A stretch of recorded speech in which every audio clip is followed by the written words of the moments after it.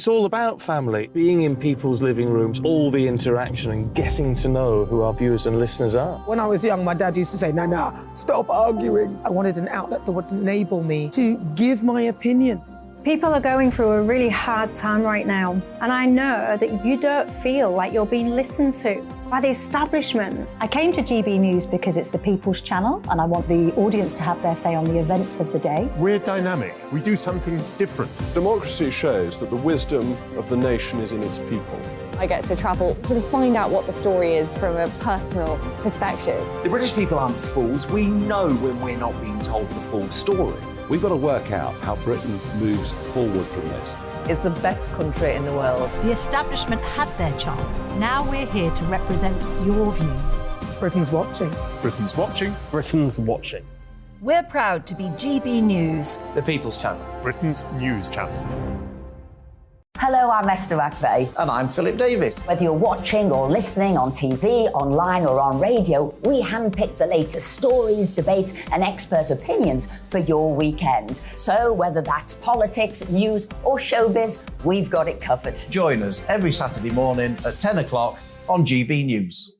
Join me, Camilla Tominey, on Sunday mornings from 9:30, taking the politicians to task and breaking out of SW1 to see how their decisions are affecting you across the UK. Bursting the Westminster bubble every Sunday morning, only on GB News, the People's Channel. Britain's watching.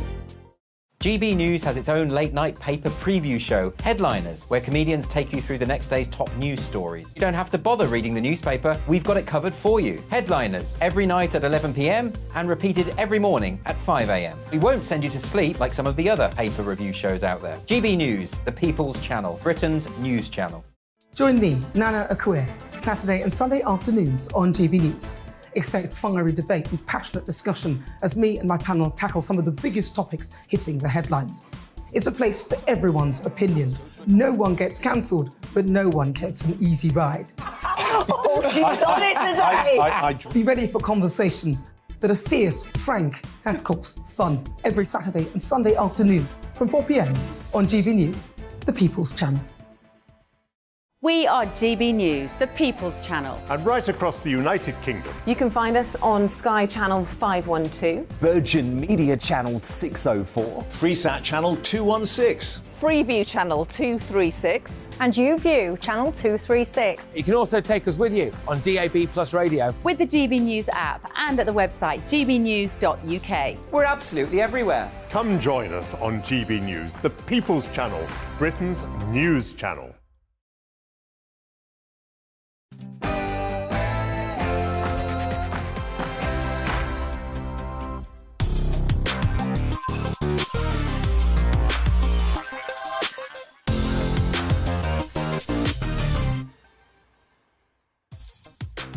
Good evening, girls and boys. It's 7 o'clock and I'm Laurence Fox. Boy, do we have an Ofcom compliant show for you tonight. Coming up, the lockdown files have dropped, but are they all a damp squib? Should we have locked the country down at all?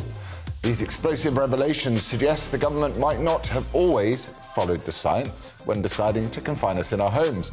I'm joined by NHS GP Dr. David Lloyd to discuss this. Then, London Mayor Sadiq Turpin, has branded ULEZ opponents far-right, COVID deniers and Tories. But with only one death, tragic death, caused by pollution in London over the last 20 years, has Sadiq gone a little bit too far again? Plus, for Dish It Out, I'll be speaking to Femi Nylander, actor and writer, about everything from statues to slavery and the dreadful empire. And don't forget, perhaps most importantly of all, I want to hear from you. So send your views my way, gbviews@gbnews.uk. That's all coming up after the headlines with Aaron Armstrong.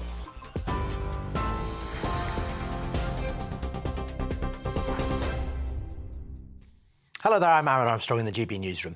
Boris Johnson may have misled the House of Commons at least 4 times, according to MPs investigating his conduct over Partygate. The Commons Privileges Committee says breaches of coronavirus rules in Downing Street would have been obvious to Mr Johnson at the time. The former Prime Minister repeatedly denied rules were broken at Number 10 when asked about that in the Commons. He says it was his belief all guidance had been followed.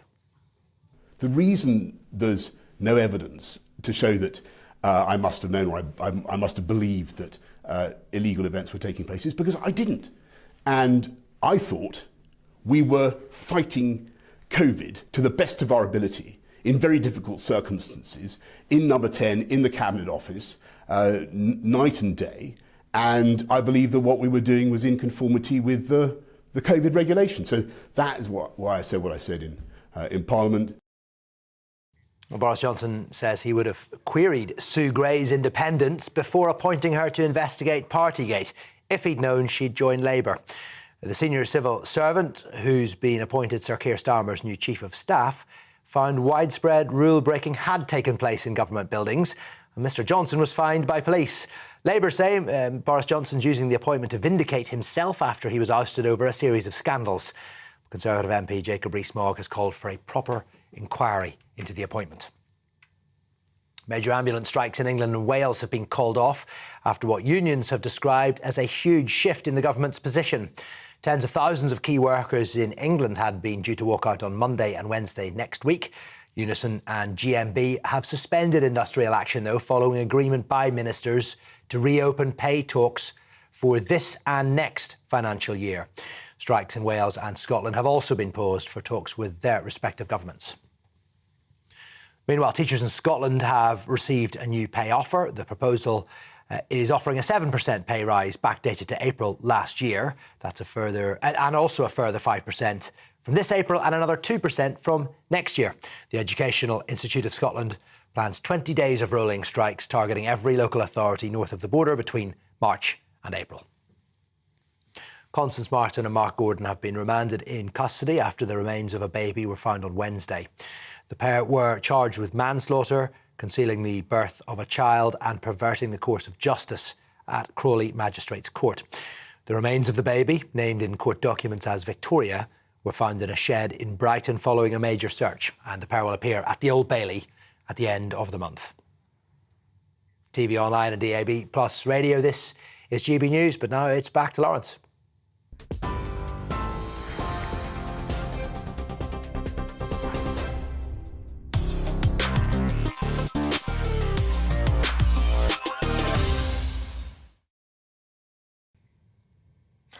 One thing which remains true, even in uncertain times, is that human beings have far more in common than we give ourselves credit for. From saints to serial killers, all of humanity is on an unending search for meaning. What is our individual place among the 7 billion companions we share this planet with? Who knows? Some turn to God to complete the circle in anticipation of retribution or salvation once they have shuffled off this mortal coil. They live their lives with one eye on what dreams may come in that eternal sleep. For others, it is simply to die to sleep no more. A life of 80 years and 10. They take the world as it is, and for better or worse, they seize the day in the knowledge there is no ever after. And then, in the middle, is every other iteration of humanity, each unique and individual take on our shared existence. Our uniqueness is our greatest strength, and yet also it is our gravest enemy. Since it has become plainly obvious that Nietzsche was right, God is dead and we have killed him, a great deal of the killing done by the church itself, ironically, something else was sorely needed to replace the space formerly occupied by the Almighty. A new and man-made religion was required to fill the vacuum which nature so abhors. So mankind decided to devote himself to kindness at any cost, even at the cost of kindness itself. First came the elevation of normal, regular conversation and political discourse into the sphere of fundamentalist religious extremism. What was formerly acceptable disagreement on the grounds of critical thinking for the benefit of free expression has become the new heresy. Skepticism of any kind, be it over the climate, lockdowns, injections, woman, face, or race, is immediately stamped with the judgment of denial and allegations of far-right extremism. Powerful stuff. Climate deniers, lockdown deniers, vaccine deniers, as Sadiq Khan called people this week. How can you deny a vaccine? Common sense itself is now a far-right conspiracy theory, as our good friend Sadiq reminded us this week, to mixed reviews. There are objections in 2006 when we banned smoking from public places, and there are objections now.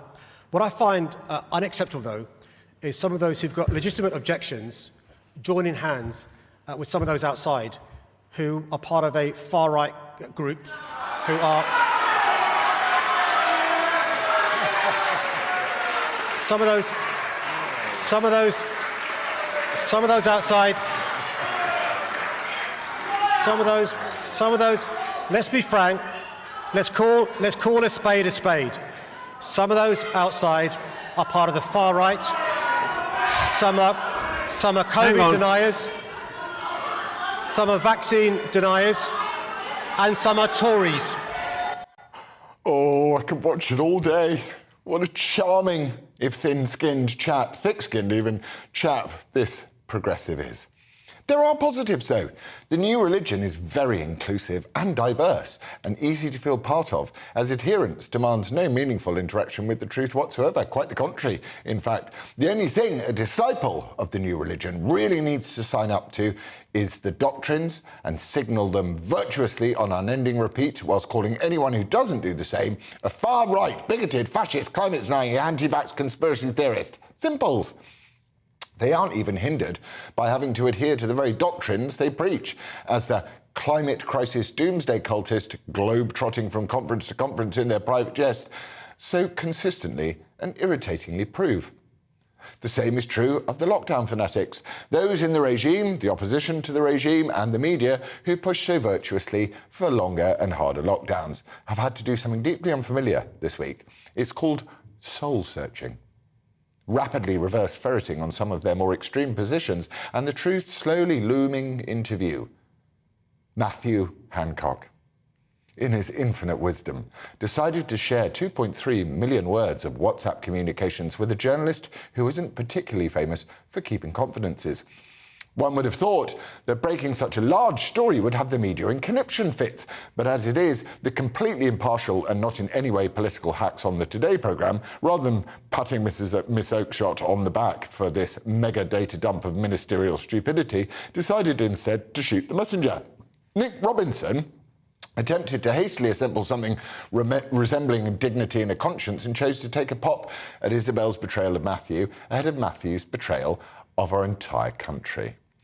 Forgive me for finding none of this particularly interesting. You see, us far too right, far too often extremists who managed to hold on to a morsel of critical thinking during the persistent Chinification of Britain in these past years knew that this day would come.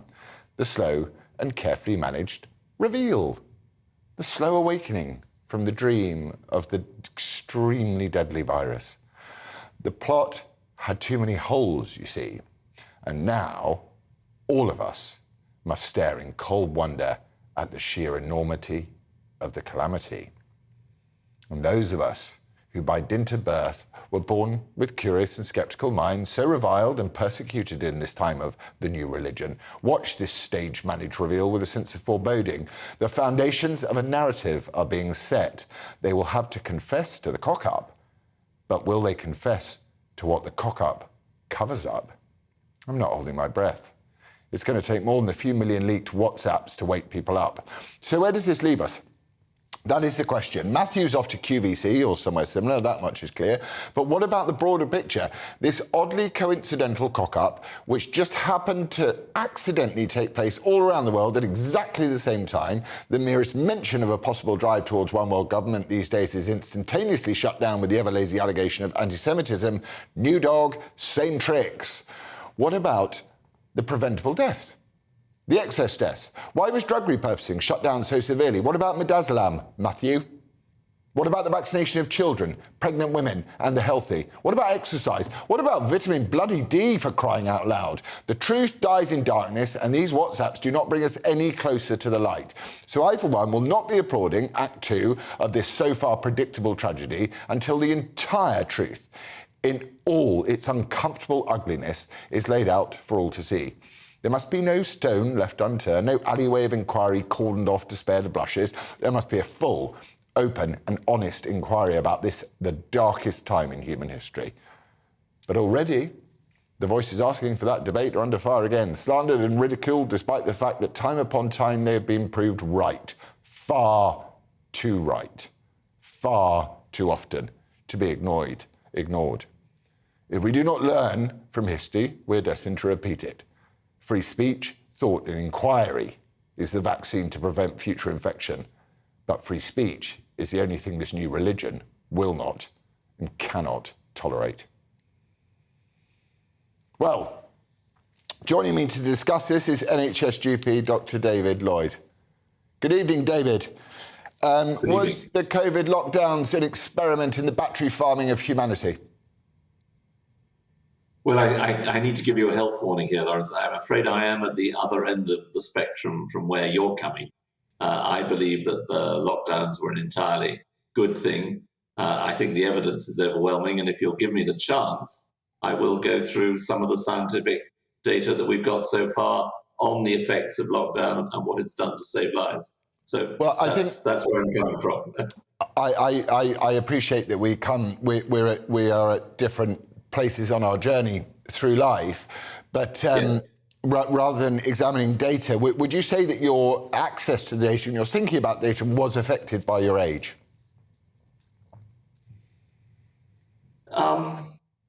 No, I don't think so.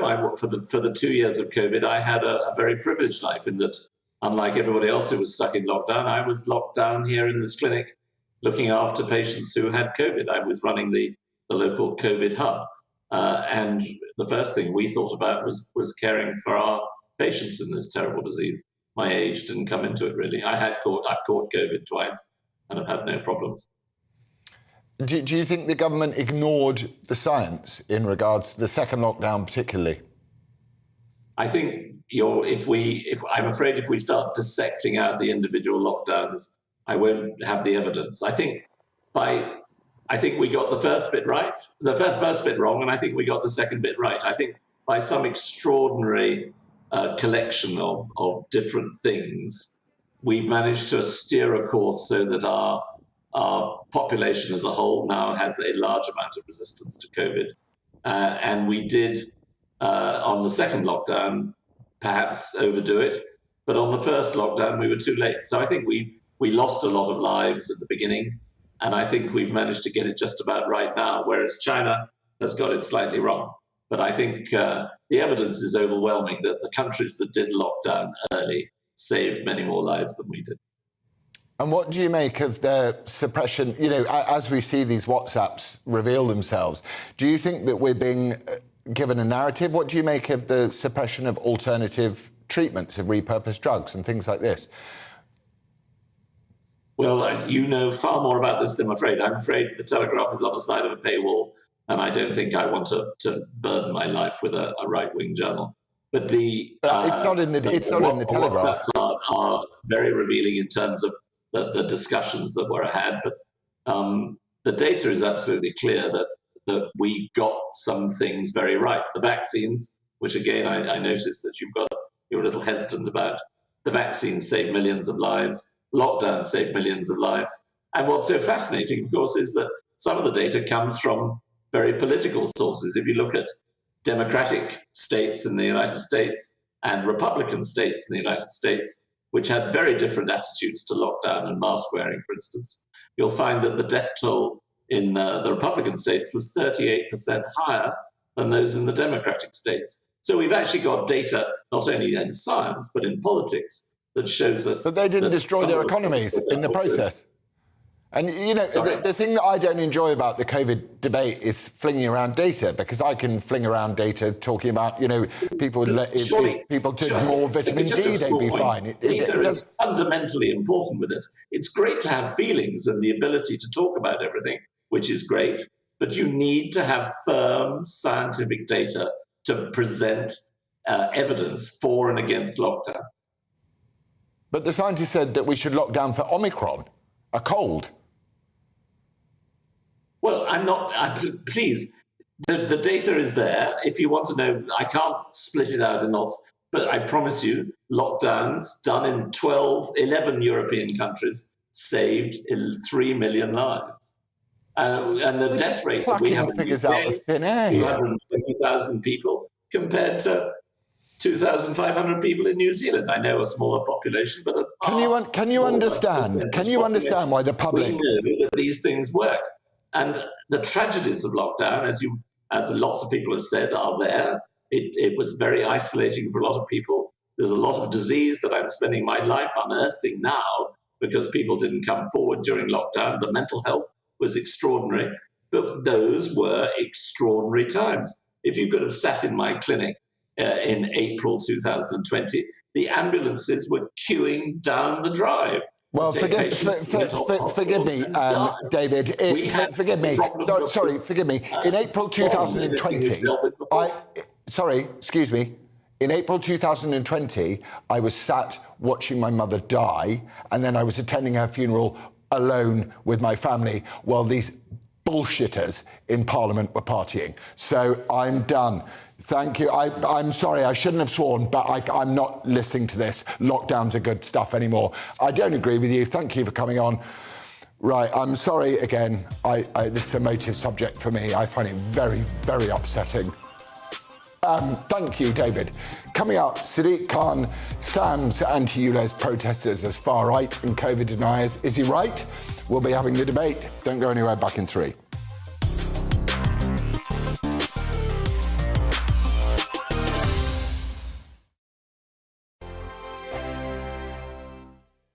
It's all about family, being in people's living rooms, all the interaction and getting to know who our viewers and listeners are. When I was young, my dad used to say, Nana, stop arguing. I wanted an outlet that would enable me to give my opinion. People are going through a really hard time right now, and I know that you don't feel like you're being listened to by the establishment. I came to GB News because it's the People's Channel, and I want the audience to have their say on the events of the day. We're dynamic. We do something different. Democracy shows that the wisdom of the nation is in its people. I get to travel to find out what the story is from a personal perspective. The British people aren't fools. We know when we're not being told the full story. We've got to work out how Britain moves forward from this. It's the best country in the world. The establishment had their chance. Now we're here to represent your views. Britain's watching. Britain's watching. Britain's watching. We're proud to be GB News, The People's Channel. Britain's news channel. Monday to Thursday, 9 p.m. till 11 p.m. Join me, Dan Wootton. I'll bring you the sharpest takes and hottest debates. Do you not believe in prison? I don't believe in prison. I'm completely stunned. I guarantee you there'll be no spin, no bias, no censorship. I actually was personally quite offended by it. And no reason to go to bed. So I guess they've always been quite woke. That's Dan Wootton tonight on TV, radio and online. Monday to Thursday from 9 p.m. till 11 p.m. on GB News. The People's Channel, Britain's news channel. Hello, I'm Michelle Dewberry, and you can join me every weekday 6 till 7 on Jubes and Kerr. You're an inspiration to us all. Click that bit up. Well, you are. That's my ringtone. My political ambitions those days are gone, I can tell you. She's only teasing. Go on. He's probably going to want to lay down now. I'll give him 2 minutes to have one. Let's respectfully disagree. That's what we like on Jubes and Kerr. Come and join us. GB News, the People's Channel. Michelle Dewberry, weekday evenings at 6 o'clock. I'm Simon Evans. Join me on GB News for Headliners at 11 p.m. What's the scoop? I'll be joined by 2 of the country's top comedians. That's right. As we take a look at tomorrow's newspapers tonight. We're going to get into trouble. If it's a big story, we'll be covering it. Spill some tea on him. There we go. But we'll also have some fun. I wouldn't stick up a bank. My father didn't love me. So anyway. Headliners every night from 11 on GB News, the People's Channel, Britain's news channel. We are GB News, the People's Channel. And right across the United Kingdom. You can find us on Sky Channel 512. Virgin Media Channel 604. Freesat Channel 216. Freeview Channel 236. And YouView Channel 236. You can also take us with you on DAB Plus Radio. With the GB News app and at the website gbnews.uk. We're absolutely everywhere. Come join us on GB News, the People's Channel, Britain's news channel.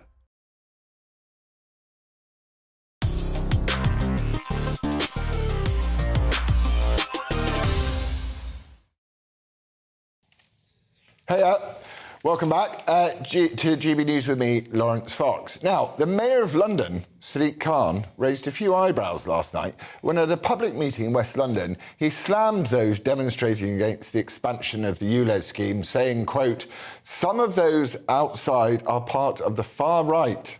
Some of them are COVID deniers, some are vaccine deniers, and some are Tories." What is a vaccine denier? Does that mean that me and Sadiq are on the same side? Perhaps. Across the UK, though, various councils are trying to copy Sadiq and implement all sorts of low traffic and environmental policies. Are they just more examples of government overreach, or are they necessary inconveniences? To debate this, I'm joined now by the editor of the Greater London Transport newsletter, Richard Town, and the director of Climate Media Coalition, Donica McCarthy. Good evening, both. Let's start. Richard, what is ULEZ? The ultra-low emission zone was started in the early 2000s by Boris Johnson, and before then by Ken Livingstone planned. And there was a very bad difficulty in air pollution at the time. This was due to poor motor design, poor car maintenance, and over traffic congestion in the central London area. Both those plans, both Ken's plans, Ken Livingstone's plans, and Boris Johnson's plans worked out and were taken on board by the current mayor, Sadiq Khan, who has seen it to believe that if he extends his power and reach, firstly to October 21 to the North and South Circular Roads, and now on August 29th this year to the Greater London boundary. Thank you. Neither of which are needed. Donica, do these measures go far enough? Good evening. I think it's a good step in the right direction. It only affects 8% of car owners in London are affected by these proposals. And I think the mayor's absolutely correct. Outer Londoners, where the highest number of premature deaths are now occurring from air pollution, deserve clean air. Why shouldn't our kids have the freedom to go to their nursery school and have the air reach legal levels of cleanliness? I think it's a good step in the right direction. And Boris Johnson's and Sadiq Khan's measures so far in the current ULEZ zone have been terrific in reducing the number of non-compliant polluting cars. It's brilliant because also, for me, just on a personal level, it's saved one life in 22 years, which is brilliant. So surely these messages, these moves don't go far enough, Richard. Surely we should do more. Yes, I mean, let's start off by saying, what is air pollution in London? Only half of London's air pollution is traffic generated. The rest comes from wood-burning stoves, for example, gas-fired central heating, road, river and rail traffic. It is that side which is not going to be affected. If we took the World Health Organization's recommended pollution levels, which are not passed into UK law currently now, and stopped all traffic tomorrow morning, still the traffic pollution levels for WHO limits would not be met. Are you suggesting that we should have the WHO now get involved in our own traffic as well as how we deal with the next pandemic? Certainly the WHO limits are being considered by the Department of Transport, but they represent a half of what is currently in order. Thank you. Donica, what do you think it says about Sadiq Khan's leadership that he has to label everyone who disagrees with him a far-right extremist, Tory or vaccine denier? I listened to what was said, and my understanding that's not what he said. He actually said some of them were from the far right, but actually there are opponents of this change from all political persuasions, right, left and centre. However, YouGov polling of Londoners as a whole has shown 2/3 of us welcome this because we actually want the clean air. The gentleman is right. The car pollution is only 50% of the pollution in London, but this 8% of car drivers contribute an overwhelming amount of the particulates and pollution. So tackling this small number of drivers is a good idea. And the idea, a lot of the critics of ULEZ have talked about the impact on poorer people. Well, 95% of poorer people in London don't have a car. And people living in the poorer parts of London, the more polluted parts, are 7 times more likely to die of pollution. So if we care about the poor, we should actually be supporting this. And as regards financial impacts on the poor, Laurence, I think it's really important that we're not talking about the millions of Londoners that the Tory government is insisting that the cost of travel, TfL fares are going up, and for the 1.5 million pensioners who are having the freedom to travel in the morning taken away from them by the Tory cuts to the so many Londoners, pensioners that have been priced out of the capital city themselves are now being forced to pay a ULEZ charge and can no longer live it. And all of the greatest tragedies meted out on mankind have been done in the name of altruism. Anyway, thank you, Donica McCarthy and Richard Town. Coming up, we'll be hearing your thoughts. Put me on the spot. You can tell that I'm in a bit of a this evening. I will answer any and all of your questions that you send my ways. See you after the break.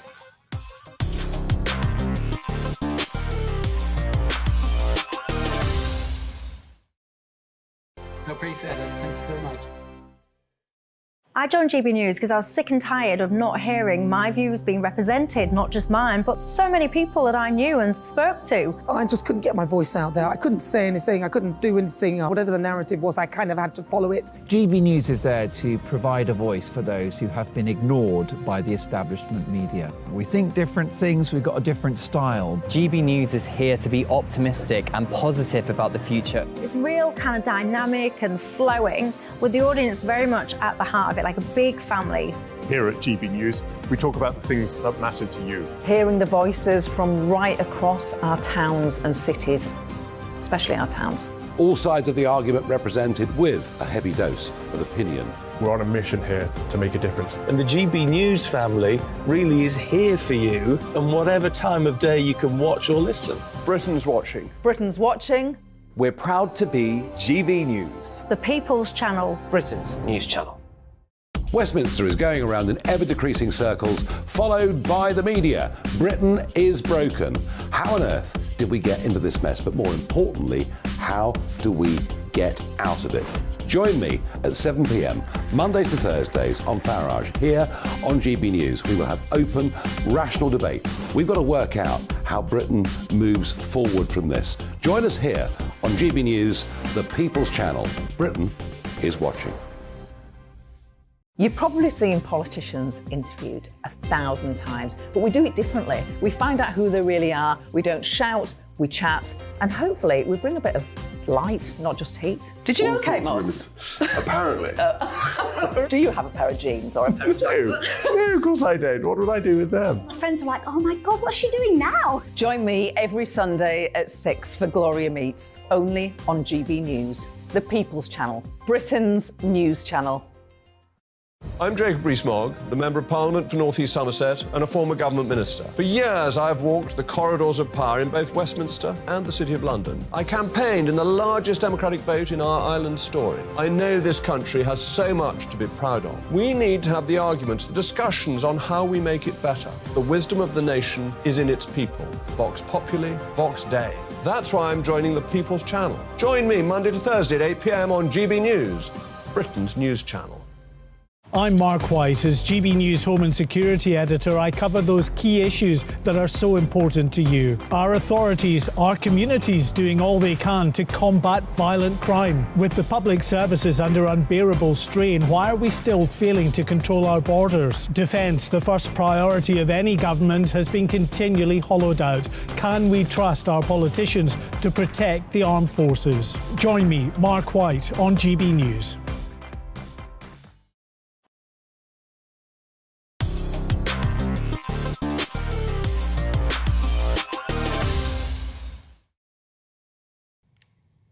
Hello again. Now it's time for Fox on the Spot, my favourite part of the day, where you quite literally put me on the spot and I have to answer whatever you ask. My team have not told me in advance what your questions are. So here we go. Zilly, when is the world going to take back control from China and resume making their own stuff? when we all stop wanting to be socialists and wanting the state to solve all of our problems for us and take a bit of personal responsibility for our own lives and those of our children, because we don't want the state raising our children, do we? Seeing how they're doing at the moment, certainly in terms of PHSE and RSE in schools, teaching children about blowjobs and things. Right. Jenny asks, why aren't people threatening to withhold their rates in retaliation for imposing 15-minute cities? Jolly good idea, Jenny. And also, why aren't people refusing to pay the fines? And those lovely little flower box things that they have made of wood, they look very eminently flammable, don't they? It would be a terrible shame if they were removed, knocked down, or turned in or put in a wood-burning stove. John says, do you think that the relatives of the person murdered by the Jamaican criminal should sue the MPs that had him removed from the plane for deporting him? Yes, they should. And also, not only should they sue the MPs, they should absolutely call out the bunch of virtue-signalling showbiz people who will have nothing to do with that person's life, who call on this as some sort of racist tragedy. It's appalling, especially North Londoners in their lovely, rich little houses, telling all of the poor people how to live. It's got nothing to do with race. All of this modern woke rubbish, trying to make everything about race. This man was a criminal. He should be sent back, and we should call out those that moderate. Anyway, now, some of your responses to what we asked earlier, which was, should we have ever locked down at all? One viewer on Twitter said, with hindsight, no, but I accepted the first one. After that, I disagreed with everything else they subjected everyone to. I think you speak for a vast majority of people in that one, except those that accepted. Gwyneth said, should have protected the vulnerable and let the healthy get on with their lives. No need for the nonsense that ensued. Well, this is so true, Gwyneth, because the Great Barrington Declaration did say this. It said, let's shield the vulnerable. You know, as you've seen, if you were watching the programme tonight, we were shielding vulnerable people at that time as a family, and we sat many, many metres away from them, you know, towards the end of their lives, and the rest of us should have passed this silly, stupid virus around and got on with our lives. It's the biggest failed, catastrophic public health experiment in history, in my view. Others will say differently. You know, whatever. Patricia says, no, just no. I couldn't agree with you more. Phil says, the first lockdown made total sense. Really? Locking someone down in their home can ever make total sense? How can locking someone in their home make total sense? We've gone mad. Without it, hospitals overrun. Really? Hospitals overrun now. Completely overrun. And less TikTok videos I've noticed in the last year. Fewer admissions and more deaths. The rest, a mistake, in my view. Well, look, you're trying to be balanced. I respect you from that. Viewer on Twitter, definitely not. Said from day one, the aftershock of lockdown would be catastrophic. It was entirely predictable. I couldn't agree more. It is the lockdown in this country, when we look back in years to come on what we did and what we allowed to be done to us, we should look back in horror, especially those of us who have children, to know how quickly the state can put its arm into your life in that way and stop you doing the most basic things in life, moving around. You should be absolutely terrified of them trying to do it again. Well, coming up, it's Dishing Out. It's a bit lighter. I'm with Femi Lylander. We discussed everything from the British Empire to Genghis Khan. Don't miss that bit.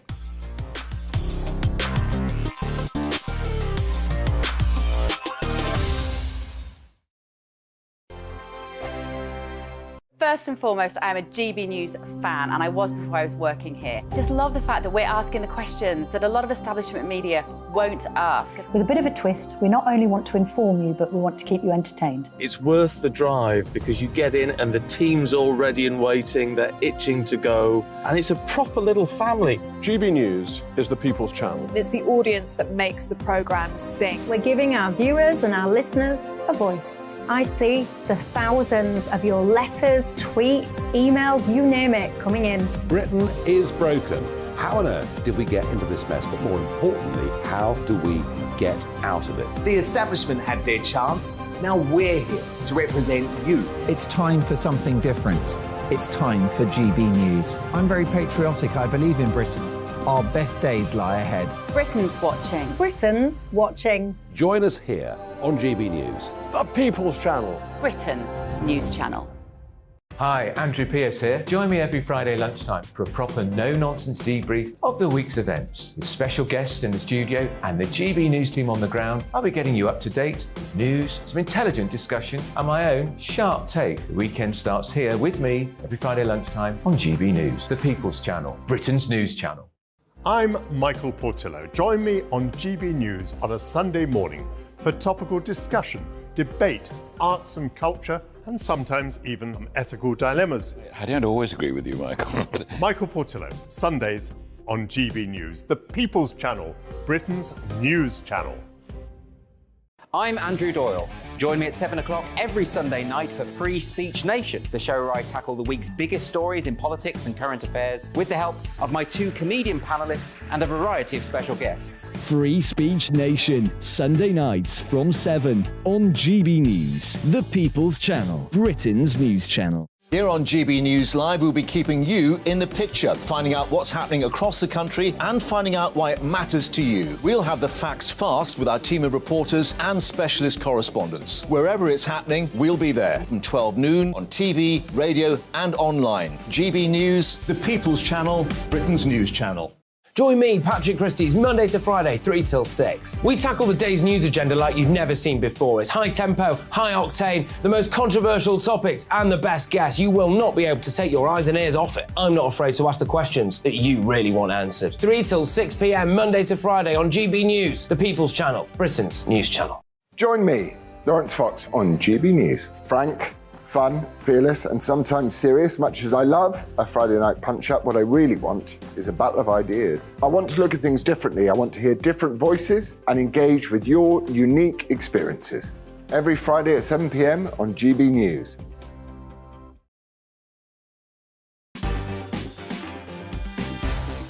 On Mark Dolan tonight, in my big opinion, the lockdown files prove what we always feared. The COVID response was about politics, not science, and the powers that be were laughing at us throughout.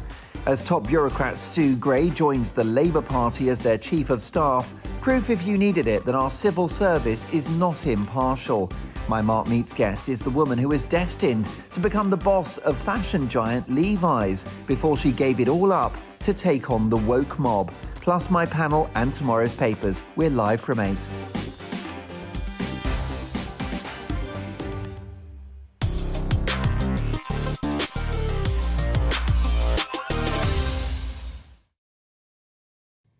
Hello again. Now, every week I sit down and I try to discuss differences with someone and find some common ground. This week I sat down with actor and writer Femi Nylander. Femi Nylander, activist, author and filmmaker. Cheers. Cheers. Right, Femi, I like to find something that we agree about. Statues. Is there any crossover? We may agree on some things, but I think we're largely going to disagree on some elements of statues. I'll tell you what I think, then you tell me what you think. I think statues should not be removed from their place of where they are, but I think there should be, alongside of it, a plaque, you know, saying what this, you know, contextualising it so that kids and people can learn from it. I don't think they should be removed. Would that be enough for you? Well, let me just, before we get on, let me just ask you some analogous questions. So, you think statues should never be removed in any circumstance? I don't think unless there's a proper like local referendum or something like that, and people just go, the whole community just go, I don't want it. So what about, for example, statues that came down in Nazi Germany of Hitler after the Third Reich? Should they still be there today? I think as a reminder to go, this is the disgusting man who did the most horrendous things. You can have a plaque next to it and turn it into an actual exhibition. It's not glorifying him. You could say this is disgusting. What does this, if I say I'm putting someone on a pedestal, what does that mean? As an idiom, as like a general... Yeah, no, I know what you mean, but that's a lot of the time that's associated with men putting women on pedestals and stuff like that. Yeah, so that would go back to sort of Greek... But generally, putting something on a pedestal means putting it in a place where it can be admired, adored. It's something people pay for a lot of the time. A lot of these statues, people actually pay, or they give large donations, which are correlated with the fact that a huge statue of them is then erected. All the statues we're talking about in the media today, statue of Rhodes was accompanied by a huge donation to Oriel College by Cecil Rhodes, with the understanding that there'd be a great statue of him there. The statue of Colston in Bristol, Colston invested huge amounts of money into the city of Bristol with the understanding that he'd be memorialised.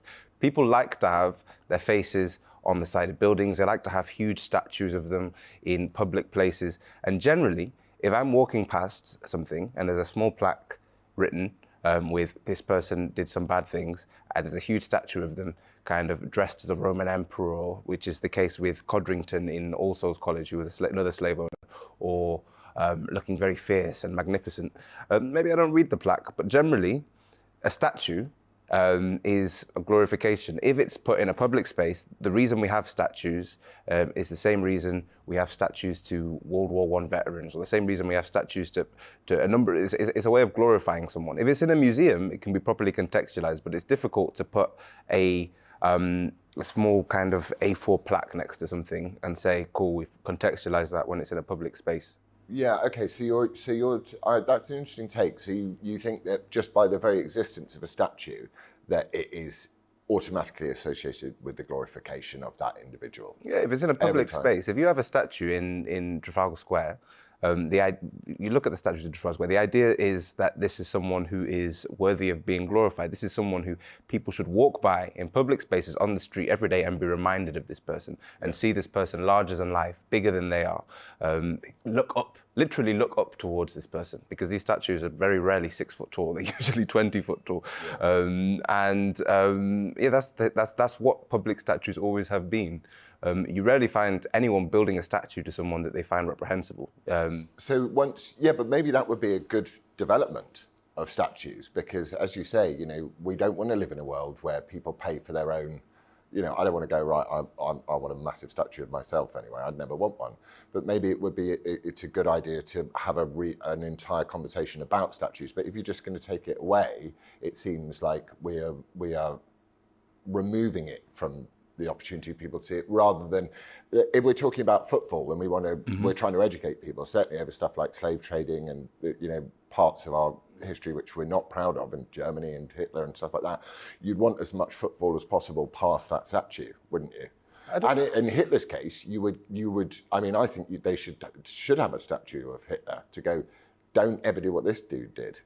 I don't think it venerates him. So in Hitler's case, everyone knows who Hitler is. Everyone knows about the history of Hitler. Everyone in the UK, everyone in America, they don't. Well, in America, you have some Holocaust denial, you have this, that, and the rest. But generally, the idea that the Holocaust is a terrible tragedy is much more accepted than the idea that the British Empire, for example, did awful things worldwide. That's something which is much better known, and there aren't statues of Hitler anyway, right? So it's this idea that having statues of something necessarily correlates with being educated about it is wrong.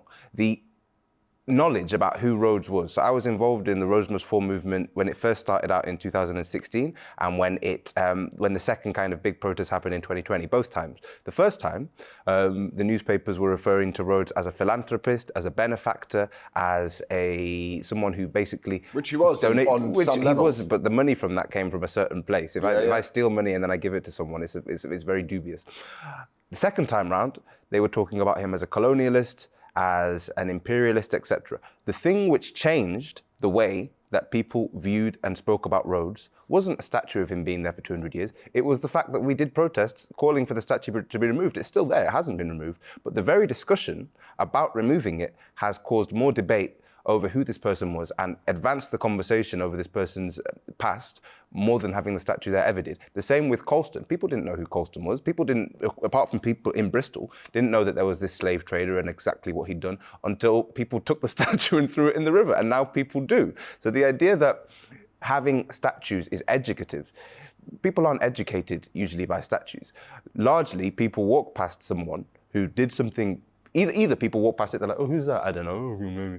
Or they walk past it and they go, oh, British history, blah, blah, blah, blah, blah. Or they walk past it and go, that's someone who took my ancestors and enslaved them and threw them in the sea when they weren't going to be profitable for him, and murdered a lot of them, and then donated loads of the money that he made from that to this city because he wanted a huge picture of his face or a huge statue, marble statue of himself up there, and I'd rather that wasn't there. Do you think people are in denial of the colonial past? And do you think there are any things about the British Empire and colonialism that were positive? I think people are definitely in denial about the colonial past in this country.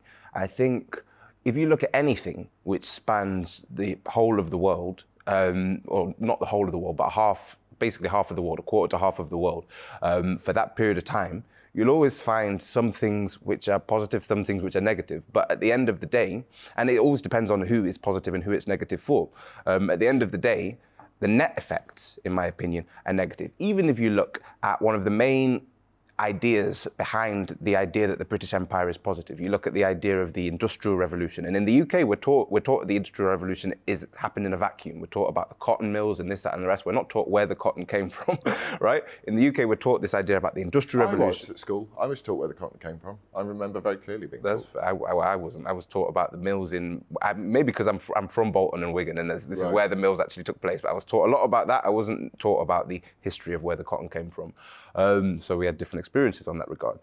But even if you look at the Industrial Revolution is one of the major drivers. When we talk about climate change and this, that, and the rest today, the idea that we're burning so many fossil fuels is something that accompanied that. So that's one positive, negative, and then but all the technological advancements that came with it is a positive. Yeah. When we look at the net positives of basically a huge empire like the British Empire, and then the net negatives for large swathes of the globe, I think the negatives largely outweigh, by a large degree, the positives. That's an area that one can discuss. But I suppose all empires do this, don't they? When they create themselves and when they expand. So you've got the Ottoman Empire. Yep. You've got what Genghis Khan did. I mean, I think they said that he killed. I can't remember what it is, but he actually affected the population of the world in a significant way. He's basically the great-granddad of like 1% of humanity or something. Yeah, it's amazing. So why the focus, do you think, particularly on the British Empire and our heritage? And also, like, in terms of responsibility for that, like if Kamala Harris did it in America, didn't she? She found out that she went on about slavery, and then she found out that her ancestors were slave traders. Yep. So should we all take a deep look into our own personal histories to find out if we have any connection with slavery, and then should those people that do have connections with slavery pay reparations to people who are the ancestors of slaves? Okay, so I'll answer this in a roundabout way. So the first point was the idea of different empires. The British Empire was the biggest. And no one is saying focus just on the British Empire. We're saying we should focus on the British Empire because we are in Britain and we're British. People in Mongolia, they still have Genghis Khan on their money. And I'm sure a lot of people would say, oh, well, having someone who murdered huge swathes of people is dodgy. Let them talk about that in Mongolia. Right. We're in Britain, and Britain had the biggest empire in the history of humanity. It only ended less than a century ago, and it's something that we as a country need to deal with. That's in what way? So when you say it's something we as a country need to deal with, what do we need to do to deal with it? Well, I mean, the first thing we need to do is we need to understand that it's a large part of where we are as a country today is rooted in what we did in the past. In what way? Well, you've just mentioned the idea of reparations.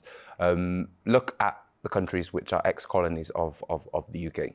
Look at places like Kenya, look at places like Ethiopia, look at places like Iraq, which has had relations with the UK which are less than good in the very, very recent past. I was on that march, man. I was massively against it.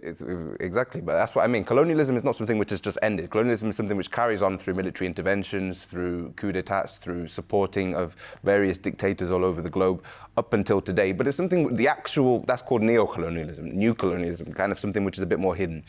Colonialism itself didn't end that long ago. In the grand scheme of history, kind of 1950s, 1960s, this isn't very long ago when these countries were gaining their independence. And the reality is that the UK has not dealt with its history. It has not dealt with the fact that it is the 5th richest country in the world. Everyone in the UK, well, 6th now because of Brexit, this, that, and the rest, but everyone in the UK, because of the standards of living we have in the UK, even if I'm a homeless person in the UK, I can go into a cafe and drink water that is clean. Everyone in the UK benefits in some way by virtue of this colonial history. That's part of the reason when we have all of this talk about, oh, migrants coming here, stealing our jobs, part of the reason that so many people, you have this disparity between economic migrants and refugees, part of the reason so many people are not necessarily refugees but are economic migrants is because they're in countries which are very, very poor, which used to be British colonies. And they're like, okay, well, these guys came over here, said that they were our rulers, basically took a lot of natural resources from our country, killed a lot of our people for many years, and now I'm poor and they're rich. Okay, well, why shouldn't I be able to migrate there? But wouldn't you want to make, I really can understand what your argument is, but wouldn't you just want to make that country richer? The country of your... Well, that's the thing. If so let's say this is what I just said about the neo-colonialism aspect. Let's say I grabbed this knife and stabbed someone with it, right? And then I took it out. Then I could start healing the wound. If the knife was still in their back, then how can I start healing any wound? The reality is, if you look at London Stock Exchange listed companies in Africa today, there's a great report by a charity called War on Want, which talks about how trillions of dollars worth of African minerals are still listed on the London Stock Exchange and are making huge amounts of money for LSE listed companies. You still have we're also huge amounts of capital tax outflows because but we're still exploiting, in terms of stuff like climate change, we're still exploiting the people of Congo in horrendous ways. Of course. So is there a balance between going, right, absolutely what you say, I can take on board and I go, yep, I think these are fair points. And is there a balance to be found between what I'm saying, which is we can also do much harm when we try and interfere in these situations. So, for example, the climate change cultists, in my view, a lot of them, demand electric vehicles. And that requires the cobalt from these mines in Africa, in Congo, some of them regulated, many of them not. A lot of the climate change cultists actually think electric vehicles are not the solution in many ways. They're really The solution would be a push towards public transport, because I came here on a train today to speak to you, and that train was shared with hundreds of people, and it probably emitted quite a lot more than a car, but if you actually look at dividing that by the amount of people that used it, it emitted a lot less. If a country like the UK was to move towards more public transport and less of this idea that every single person needs a personal vehicle, that would do a lot more for climate change than just everyone moving into Teslas. Well, yeah, but first of all, you've got to have the conversation about whether there's climate change, because one of the other things I do remember being taught as a child was we were all going to run out of petrol in about 10 years and we're all going to die, and we're all constantly told it. So we're not going to run out of petrol. We're not going to run out of petrol. There's plenty of petrol. It's just that if we burn it all, then people in poor countries are going to be... Anyway, look, I mean, the climate change conversation is really hard. But I suppose the most important thing is that you and I don't agree, but we're able to have a conversation where, we should try and be open to each other. So I would say, probably for, my lived experience or my unconscious biases or whatever it is, that the British Empire and its development into the Commonwealth and all of this sort of stuff has been quite a progressive journey. And I think... What do you mean by progressive? Well, I think, we're not walking around saying we're your rulers anymore, are we? Yeah, but I mean, does that mean progressive in the sense that it moves from here to here? So we've got two ends of this table. This table is ultra progressive, what you'd probably call woke. This table is actual slavery. If you move over to this fork or you move over to this napkin... We're not that. Meaning that you're progressive. We're talking about slavery. There's more slaves on Earth today than there ever were back in the day. But it's been really good talking to you, and thank you for giving me some more stuff to think about. No worries at all. Cheers, dude. Cheers.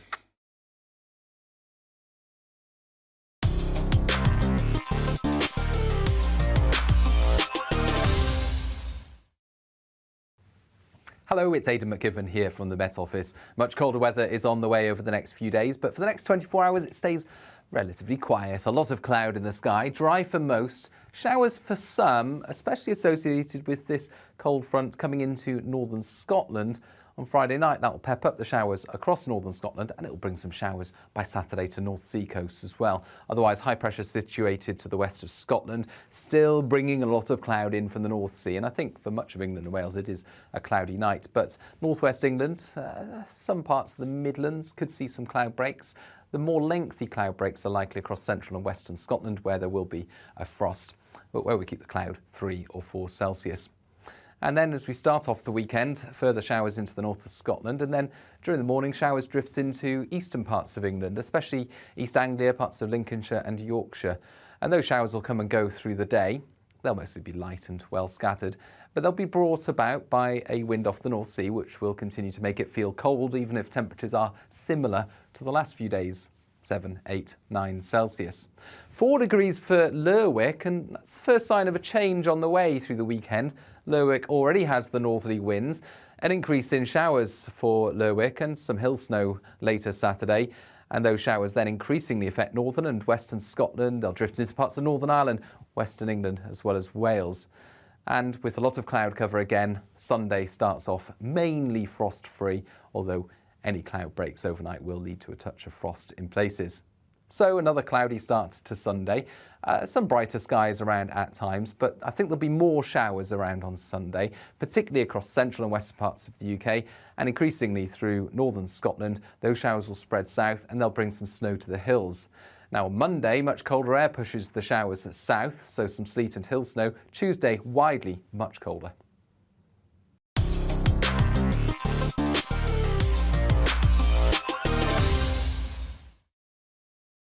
It's all about family, being in people's living rooms, all the interaction and getting to know who our viewers and listeners are. When I was young, my dad used to say, "No, stop arguing." I wanted an outlet that would enable me to give my opinion. People are going through a really hard time right now, and I know that you don't feel like you're being listened to by the establishment. I came to GB News because it's the people's channel, and I want the audience to have their say on the events of the day. We're dynamic. We do something different. Democracy shows that the wisdom of the nation is in its people. I get to travel to find out what the story is from a personal perspective. The British people aren't fools. We know when we're not being told the full story. We've got to work out how Britain moves forward from this. It's the best country in the world. The establishment had their chance. Now we're here to represent your views. Britain's watching. Britain's watching. Britain's watching. We're proud to be GB News. The People's Channel. Britain's news channel. Hello, I'm Esther McVeigh. And I'm Philip Davis. Whether you're watching or listening on TV, online or on radio, we handpick the latest stories, debates and expert opinions for your weekend. So whether that's politics, news or showbiz, we've got it covered. Join us every Saturday morning at 10 o'clock on GB News. Join me, Camilla Tominey, on Sunday mornings from 9:30, taking the politicians to task and breaking out of SW1 to see how their decisions are affecting you across the UK. Bursting the Westminster bubble every Sunday morning, only on GB News, the People's Channel. Britain's watching.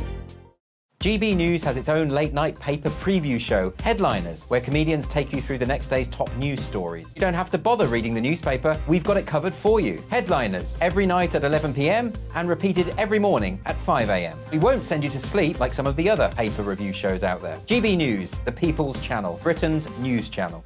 Join me, Nana Akue, Saturday and Sunday afternoons on GB News.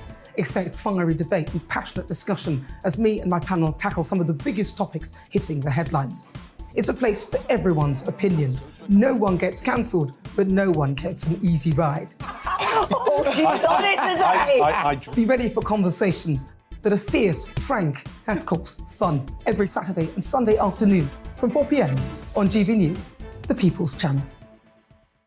We are GB News, the People's Channel. And right across the United Kingdom. You can find us on Sky Channel 512, Virgin Media Channel 604, Freesat Channel 216, Freeview Channel 236, And YouView, channel 236. You can also take us with you on DAB Plus Radio, with the GB News app and at the website gbnews.uk. We're absolutely everywhere. Come join us on GB News, the People's Channel, Britain's news channel.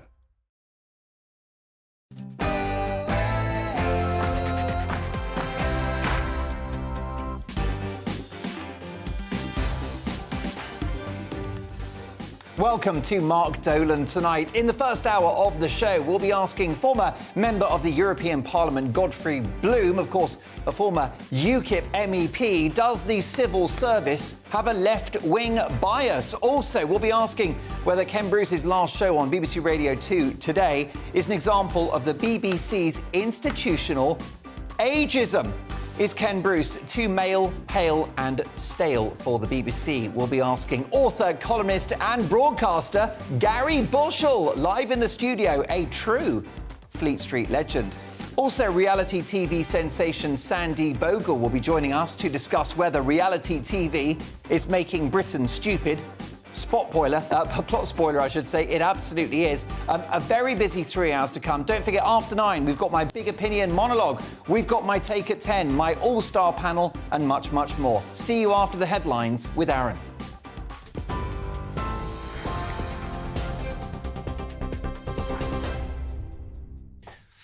Hi there, good evening to you. Aaron Armstrong here in the GB newsroom. Boris Johnson may have misled the House of Commons at least 4 times. That's according to MPs investigating his conduct